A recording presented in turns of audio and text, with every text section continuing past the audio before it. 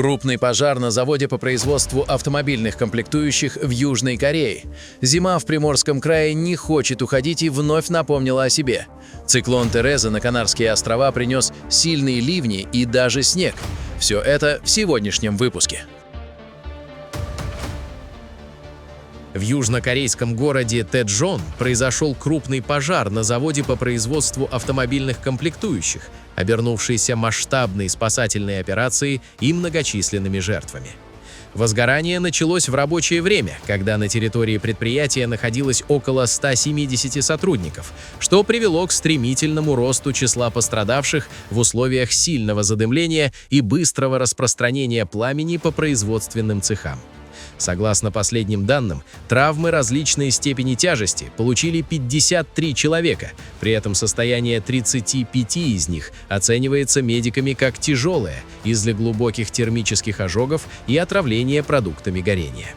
Особую тревогу вызывает судьба 14 работников предприятия, которые официально числятся пропавшими без вести. Предполагается, что они могли оказаться заблокированы в охваченных огнем внутренних помещениях завода. К ликвидации чрезвычайного происшествия привлекли не менее 46 единиц специализированной пожарной техники и 115 человек личного состава, которым удалось локализовать очаг, несмотря на угрозу взрывов химических веществ, используемых в производстве. На текущий момент причины возникновения огня остаются неизвестными. Эксперты пожарной лаборатории и полиции приступят к осмотру места происшествия сразу после полной ликвидации пожара и охлаждения конструкции здания.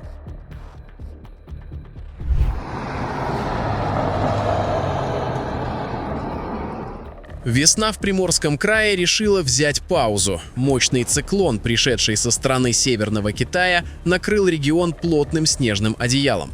Главный удар стихии пришелся на Уссурийск и его окрестности, из-за чего набережные и улицы превратились в декорации к зимней сказке, а дороги — в настоящий каток.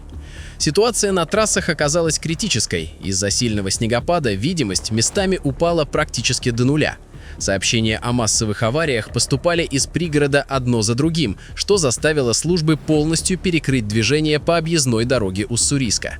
В самом городе жизнь тоже замедлилась, заторы достигли 8-9 баллов, и привычная поездка по делам превратилась для местных жителей в долгое испытание. Дорожные службы работают в усиленном режиме, пытаясь расчистить основные артерии, но снег пока не отступает. Водителей просят отложить дальние поездки, а тех, кто все же рискнул выехать, призывают держать дистанцию и забыть о спешке. Похоже, зима в марте решила напомнить, кто здесь главный, прежде чем окончательно уступить место теплу. В четверг иранские вооруженные силы нанесли массированный ракетный удар по крупнейшему нефтеперерабатывающему заводу Израиля Базан в Хайфе. Согласно сообщениям иранского агентства Тасним и подтверждению израильских официальных лиц, атака стала ответом на израильские удары по стратегическому газовому месторождению Южный Парс в Иране днем ранее.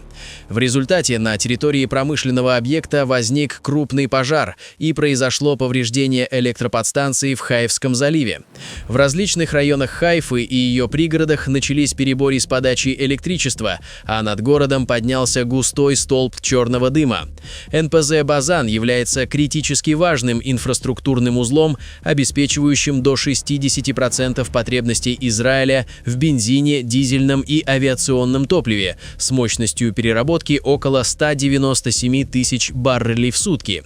Министр энергетики Израиля Эли Коэн заявил, что повреждения электросетей носят локальный характер, а основные мощности завода не получили критического ущерба.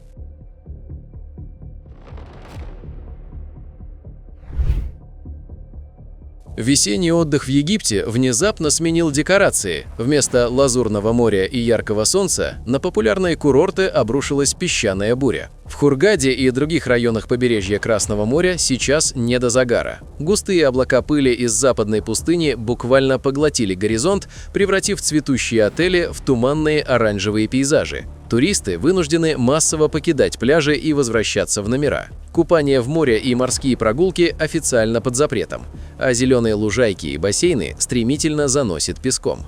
По прогнозам синоптиков, такая обстановка может затянуться на целую неделю. Но песок не единственная проблема. К штормовому ветру могут добавиться грозы, которые в пустынных районах грозят обернуться внезапными селевыми потоками. Стихия уже дотянулась до Верхнего Египта, накрыв Луксор и Асуан. Местные власти просят всех быть предельно осторожными. Лучше не стоять под деревьями и рекламными щитами, которые гнутся под порывами ветра, и ни в коем случае не выезжать на трассы, где из запылений видно даже капота собственной машины.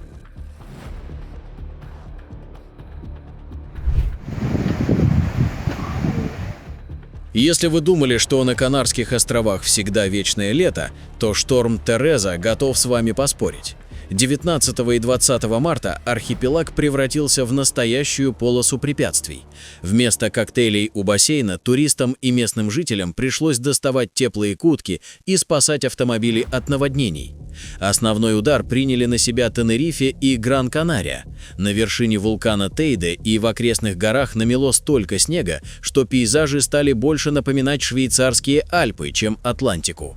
Но и внизу было не до красоты. Ураганный ветер со скоростью 120 км в час с корнем вырвал деревья, а проливные дожди превратили уютные ущелья Санта-Крус в бушующие реки.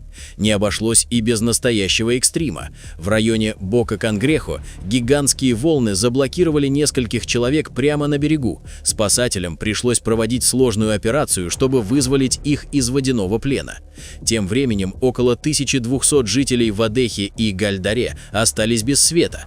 Транспортная система островов тоже ушла в глубокий нокаут. Десятки авиарейсов были отменены или отправлены на соседние острова, порты закрылись, а горные дороги заблокировали оползни.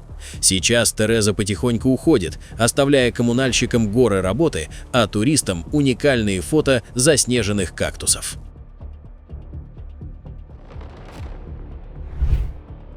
Пятница заставила изрядно понервничать службы аэропорта Уилсон в Найроби. Опытный работяга, пассажирский самолет компании African Logistics Services с бортовым номером 5YBXI был вынужден запросить аварийную посадку вскоре после взлета. Этот борт – настоящий герой. Он регулярно доставляет персонал и грузы для таких гигантов, как Красный Крест и Всемирная продовольственная программа ООН. В этот раз техника решила немного покапризничать, но экипаж не растерялся. Пилоты ювелирно посадили самолет, не допустив серьезных повреждений, и, что самое главное, сохранив всех находившихся на борту. Хотя аэропорт на время превратился в оживленную площадку для спецтехники, а рейсы пришлось немного подвинуть, инцидент закончился лишь испугом и аплодисментами в адрес профессионалов.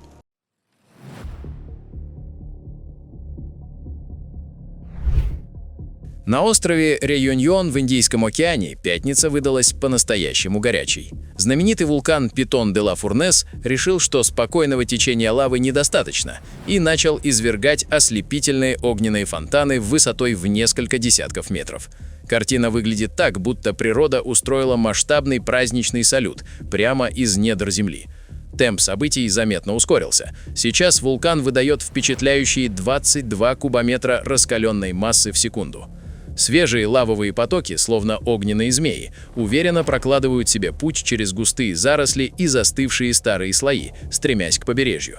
В это же время высокоточные приборы отметили первую дефляцию. Это означает, что после мощного выброса вулкан начал понемногу сдуваться, теряя накопленное внутреннее давление.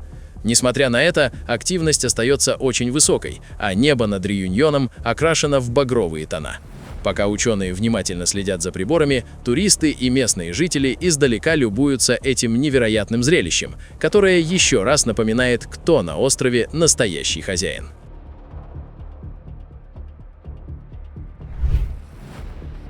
Посетители одного из ресторанов в Китае стали свидетелями зрелища, которое не входило в планы заведения.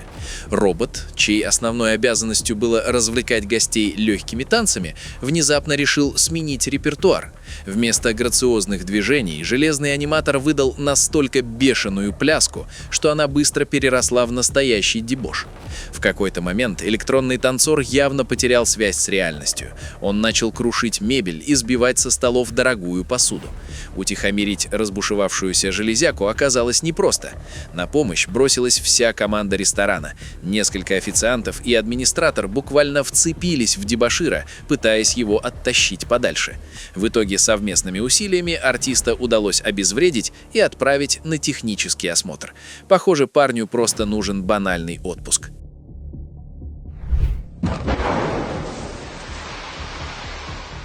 В Подмосковье официально стартовал сезон больших взрывов. Правда, исключительно в мирных целях.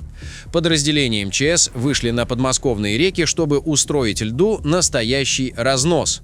Пока солнце только начинает пригревать, спасатели уже вовсю готовят акватории к весеннему половодью. Зачем такие спецэффекты? Все просто. Толстый лед при таянии превращается в огромные глыбы, которые любят сбиваться в плотные заторы. Такие ледяные пробки работают как плотины. Уровень воды резко подскакивает, и под угрозой затопления оказываются ближайшие поселки. А мощные льдины могут запросто снести опоры мостов. Специалисты точечно закладывают заряды в самых опасных и узких местах русел, превращая монолитный панцирь в безопасную крошку.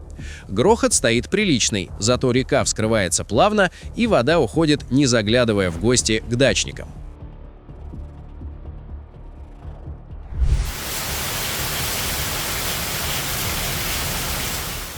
Жителям района Гермосагеи в Лимассоле на Кипре в этот раз пришлось сменить привычные кроссовки на резиновые сапоги. Мощный циклон, о котором предупреждали синоптики желтым уровнем опасности, обрушил на район столько осадков, что местная река просто не выдержала и вышла из берегов. За считанные часы дороги и парковки превратились в бурлящие потоки. Самый грустный вид открылся на прибрежной стоянке. Десятки припаркованных машин оказались по самые зеркала в грязной воде. Теперь их владельцам предстоит большой заплыв в автосервисы. Центральная магистраль, проспект Спиру Киприану, тоже не осталась в стороне. Потоки воды заблокировали движение и начали проверять на прочность фундаменты зданий. Коммунальные службы перешли в аварийный режим работы, пытаясь усмирить стихию и расчистить забитые ливневки. Пока вода понемногу отступает, горожанам советуют обходить стороной низины. Похоже, природа решила напомнить, что даже на солнечном Кипре порой дождь может устроить настоящий экстрим. Вечером 20 марта на Земле зафиксировано начало магнитной бури, ставшей следствием крупного выброса солнечной плазмы, произошедшего ранее. Планетарное магнитное поле удерживало стабильность в течение 20 часов после первого соприкосновения с облаком солнечного вещества. Однако под затяжным натиском заряженных частиц его защитные ресурсы были исчерпаны, что привело к дестабилизации магнитосферы. Основным визуальным проявлением этого космического события стали яркие полярные сияния. Из-за особенностей вращения Земли и конфигурации магнитного хвоста планеты эпицентр наиболее активного свечения сместился в сторону европейского континента. Жители даже южных регионов Европы могли наблюдать редкие для этих широт всполохи изумрудного и красного цветов, охватившие значительную часть ночного неба. Ученые предупреждают, что активная фаза бури может продлиться еще несколько суток, создавая риски для работы спутниковых систем навигации, коротковолновой радиосвязи и вызывая перепады напряжения в промышленных энергосетях. А метеозависимым людям в этот период рекомендуется внимательнее относиться к состоянию своего здоровья. Циклон, охвативший Кипр, оказывает влияние и на Иорданию.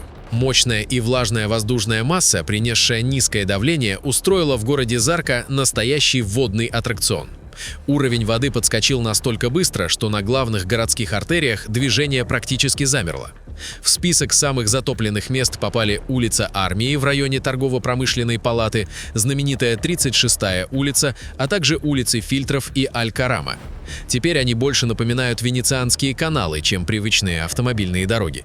Дорожная полиция настойчиво просит водителей держаться подальше от глубоких луж и, по возможности, выбирать объездные пути. Похоже, пока кипрский циклон не ослабнет или решит сменить прописку, Зарке придется жить в режиме повышенной бдительности.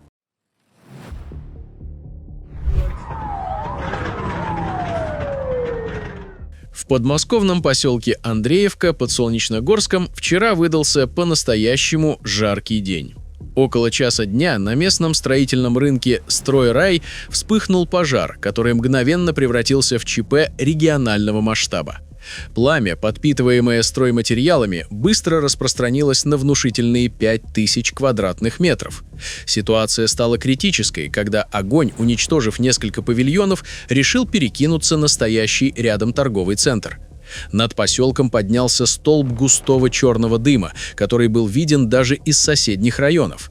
На место экстренно стянули расчеты МЧС и Мособлпошспаса.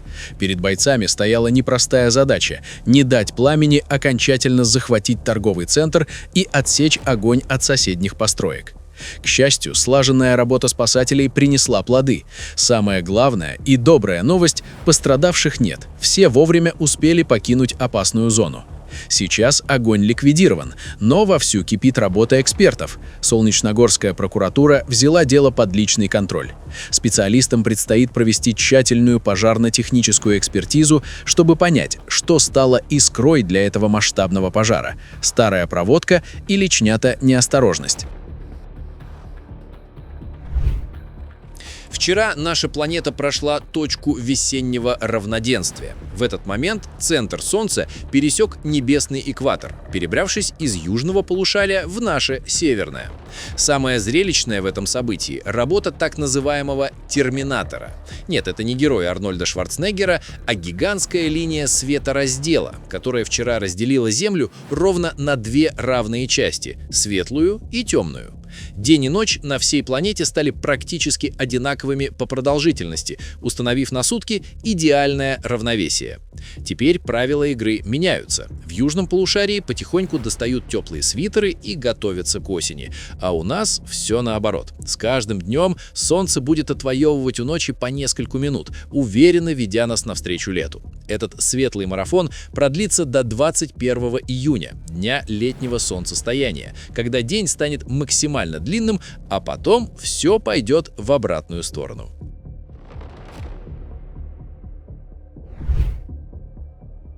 Пока мы считаем дни до лета, астрономы ведут куда более масштабный подсчет. Они ищут новых соседей у самых больших планет нашей системы. Команда ученых, вооружившись мощными телескопами и терпением, обнаружила целую группу новых спутников у Сатурна и Юпитера. Правда, назвать их полноценными лунами сложно. Это скорее космические крошки диаметром всего около 2,5 километров, что сравнимо с обычным астероидом. Но размер не мешает им иметь официальный статус. В этот раз Сатурн подтвердил свое звание абсолютного чемпиона по многодетности. У него нашли сразу 11 новых спутников, и теперь их официально 285. Юпитер тоже не отстает. Его коллекция пополнилась 4 новыми лунами, и теперь у газового гиганта их ровно 101. Все новички уже прошли строгую проверку и были официально зарегистрированы Международным астрономическим союзом. Астрономы уверены, что это далеко не финал. В тенях колец и за облаками гигантов могут прятаться еще сотни таких объектов, которые просто ждут, когда на них направят объектив.